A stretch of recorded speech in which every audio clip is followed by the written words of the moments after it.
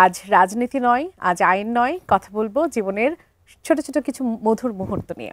সেই মধুর মুহূর্তগুলো নিয়ে একটু শুরু করতে চাই। যেহেতু ঈদ, আপুকে দিয়ে একটু শুরু করি। ঈদ কেমন কাটছে এবং ঈদগুলো আসলে কেমন কাটে নর্মালি? জি, ঈদগুলো মোটামুটি পরিবারকে নিয়েই কাটে।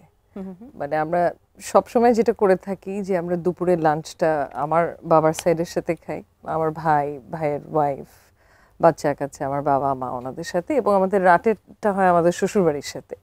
তো সারাদিনই বলতে গেলে পরিবারের সাথেই কাটানো হয়। তো এভাবেই এই ঈদও ওভাবেই কাটছে।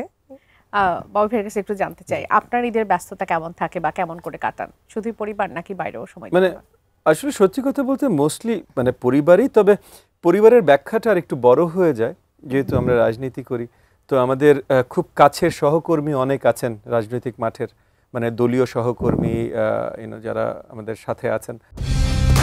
কালার এক্সপার্ট, জর্জ স্যাপ এবং মাইল্ড অন হ্যান্ডস টেকনোলজি সমৃদ্ধ অরিক্স ক্রিস্টাল ওয়াশ আপনার লন্ড্রি এক্সপার্ট।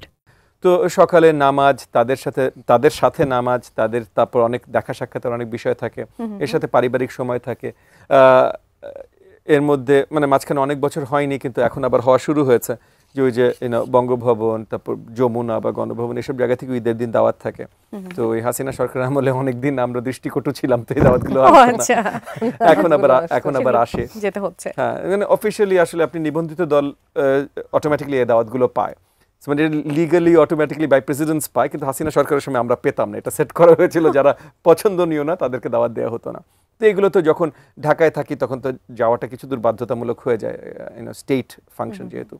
বাট ওই মানে এই দু একটা স্টেট ফাংশন বাদে বাকি পুরোটাই আসলে এই রাজনৈতিক পরিবার এবং উনি আমাদের বাচ্চাদের সাথে, আমার বাবা মা, ওনার বাবা মা, মানে এই ফ্যামিলি নিয়েই সারাদিন চলে যায়।